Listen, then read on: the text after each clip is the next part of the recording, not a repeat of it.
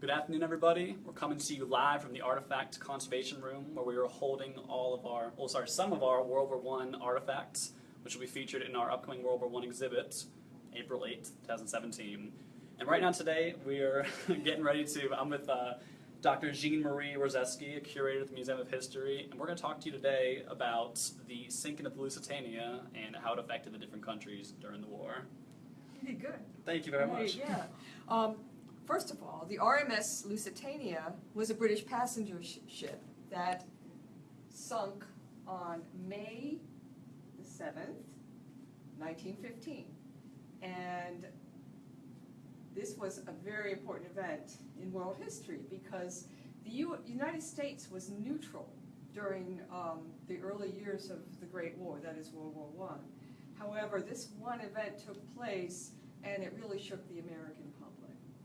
Why is that? Well, first of all, the British and the Germans were at war, and the waters around Great Britain were considered a war zone. Uh-oh. And the Germans had,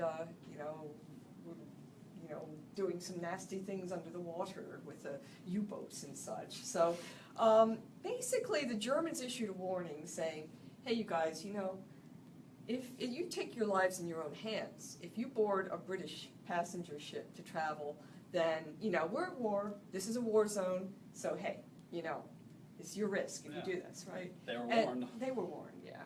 So, April 22nd in 1915, the Germans issued this, and on May 1st, 1915, that warning was publicized in the New York Times, in America, obviously. And the thing is, that date, May 1st, 1915, that was the date that the RMS Lusitania was supposed to set sail, and did set sail from New York Harbor en route to Liverpool, England. Even though they were warned. Even though they were warned, yeah. And most people, hey, they were hearing so much stuff about the war, it's like, real, what's another, rumor or, fact? Who knows? Thing is, they were so focused on getting over there, wherever they were going, obviously, Liverpool.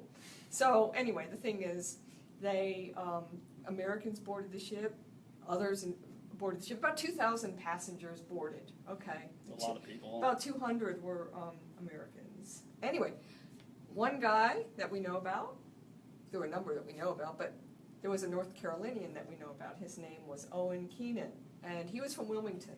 Okay. And he was from a very well-heeled family, well-to-do guy, a lot of contacts overseas.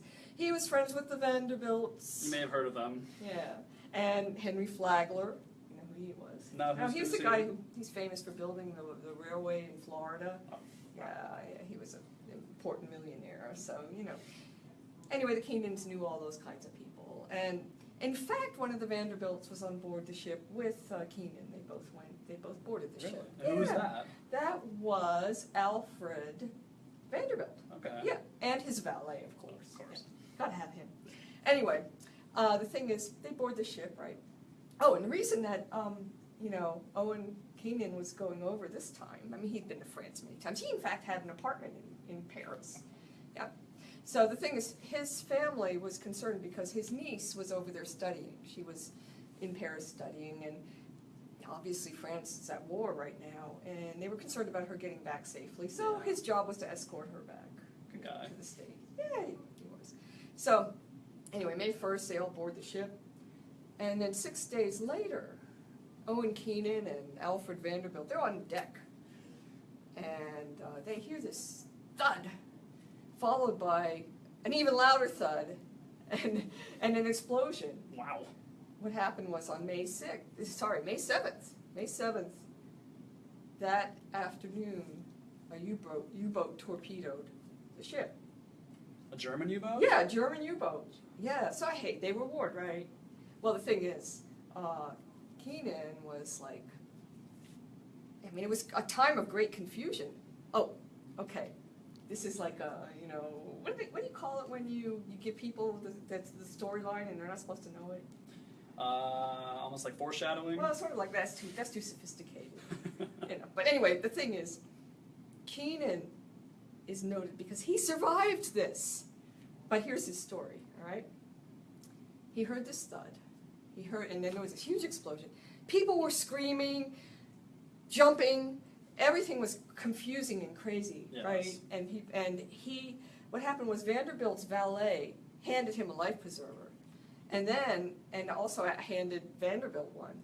But Vanderbilt didn't think. I don't think he thought that the ship was really gonna. He didn't take it? No. Oh my goodness. Yes. One story is that he wanted to give it to the women and children, but the other side of the story noble. is that he didn't believe. Well, he didn't. I don't think he really believed that the ship would really sink.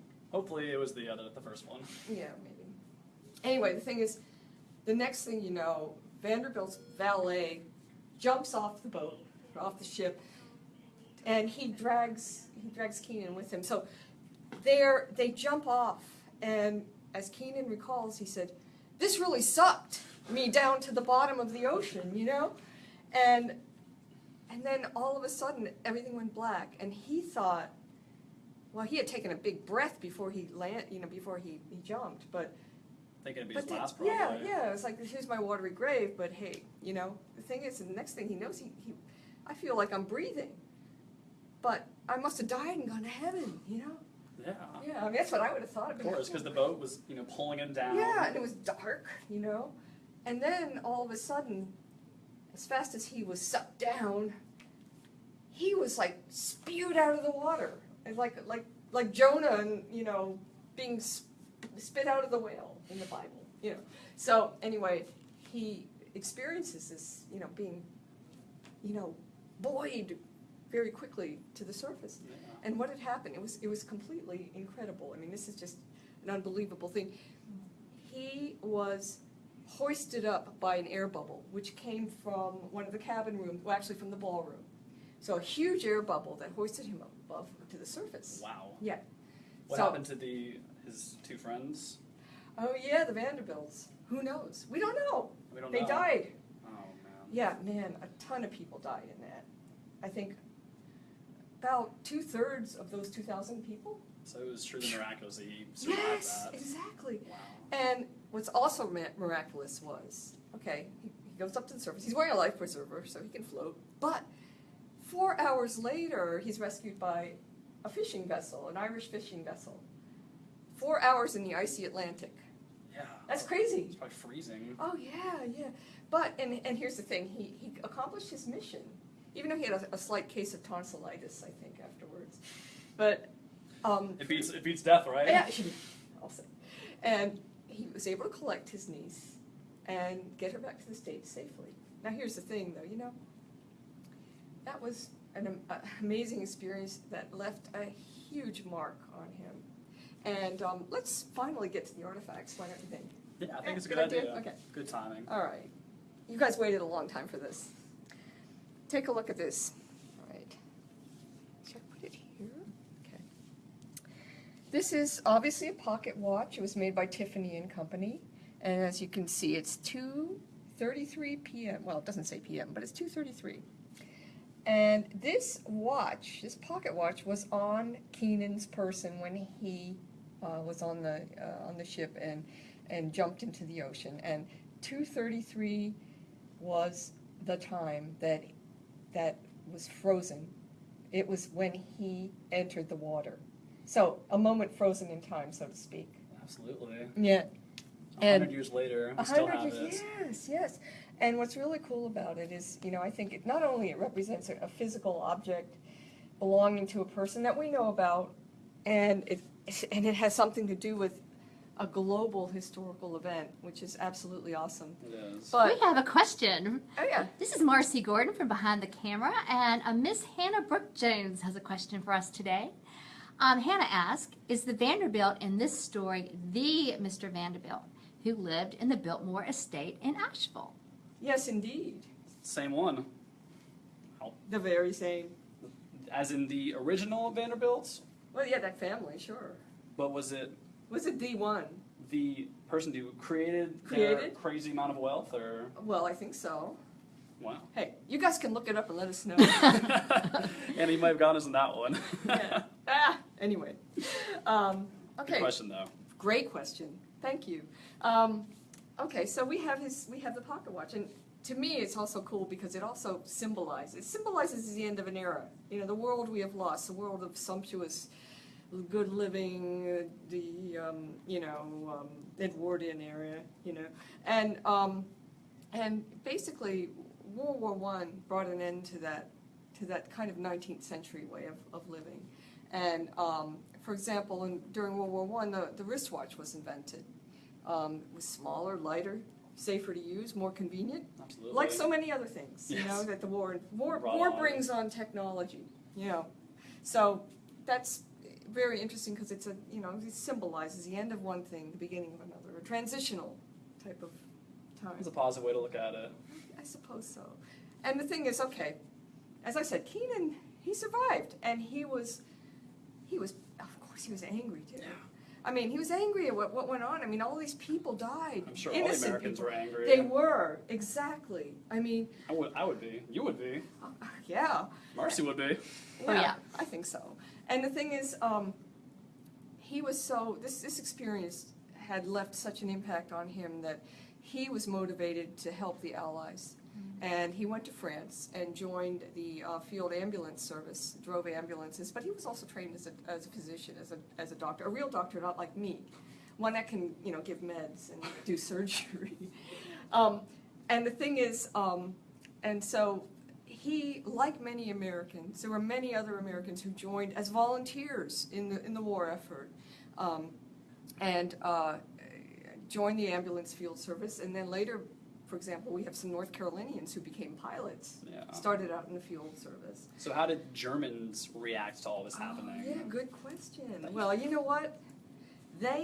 After this happened, they immediately issued a commemorative medal commemorating the Lusitania. And if our cameraman can maybe give us a close-up, camera person. This is the obverse, that is the front side of the medal, showing the Lusitania, and if you can see it, it's representing a warship, something that is clearly a war vessel.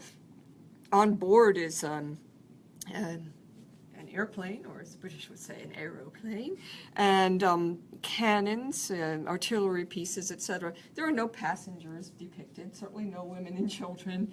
And basically this was issued to say how great our Navy is. We were able to destroy this huge ship, And awful. basically they were making fun of the British too, because they were saying, we gave you a warning and you ignored it. Because on the other side, the reverse of the medal, it shows someone issuing tickets, and it looks like a skeleton, so it's representing death. You It's guys zoom in on that really quickly. issuing tickets to the Doomkopfs, who bought tickets to board the ship. Go ahead and turn that a little bit. Thank you. Yeah, it was on his side. How come I didn't notice that? Oh, it's all right. All right. So But it's kind of a huge mockery when you think about it. I mean, totally. it's almost making fun of the event. Oh yeah, Death, giving them tickets to get on the ship. Oh, definitely. It was basically taking what is a terrible tragedy and celebrating it. And shortly thereafter, the British issued their own version of this. They took this and minted their own version of it. Really? Yeah, and included with it a disclaimer in which they talk about this German naval victory, right? And this medal, they say, has been struck in Germany with the object of keeping alive in German hearts the recollection of the glorious achievement of the German Navy. So the British then turned around, took this piece of German propaganda, and made it a British piece of propaganda. Turned it against them. Yeah, and made it a British piece of propaganda. We have an exciting comment from Jackie Marshall. Oh. She says, great to see North Carolina history live here in the United Kingdom. Thank you. Wow. Yes. Thank you. All the way in the UK. Well, Yay. Jackie, thank you for watching, Definitely. and we'll definitely keep trying to make North Carolina history exciting for you. And And we have more British stories as well later on in our series. yeah, we definitely will. Yeah, super. But I think really it's kind of awful the way both Germany and England handled this, in my opinion. Well, yes, Because I think Germany was the first one to make Right, the commemorative right. medal. Right. But I mean, what The they're British commemorating kind of was, that's something terrible. And then the British kind of took off on that and did their own version of Yeah. propaganda. And I mean, that's the way it goes sometimes. And the thing is, what about the U.S., right? What about the Americans? Well, Yeah, what happened? as I said, we had the volunteers who had so much emotion and passion. They wanted to support the Allied cause. In general, I think the sinking of the Lusitania represents a turning point in the U.S. mentality toward the war. We were neutral. We Yeah. remained neutral for 2 more years. But it got a lot more personal. It did, and after the medal was issued, after the British issued their medal, Woodrow Wilson did manage to convince and get the Germans to agree not to do any more U-boat Good. attacks on passenger ships for 2 years. Only But, 2 years. Yeah, because we stayed neutral during that time, but then they revoked their policy and more passenger ships were being sunk 2 years later, And that caused America to we change their mind on things a little bit. Yeah, that I think basically that the memory of what happened in 1915 was so strong and so symbolic of what the war was all about, and then 2 years later, more ships were being sunk, and eventually we also joined the cause. Well, folks, thank you for watching. Thanks. Hannah and Jackie, appreciate the comments and Yeah, questions. definitely. And thank you, Dr. Jean. I appreciate you helping and Well, I doing an appreciate amazing you job. too, Well, Carrie. of course. And we'll be here next week at the same time Same bad time. to give you Yeah, same bad channel. some more history. And we'll see you then, guys. Thank you. Toodles.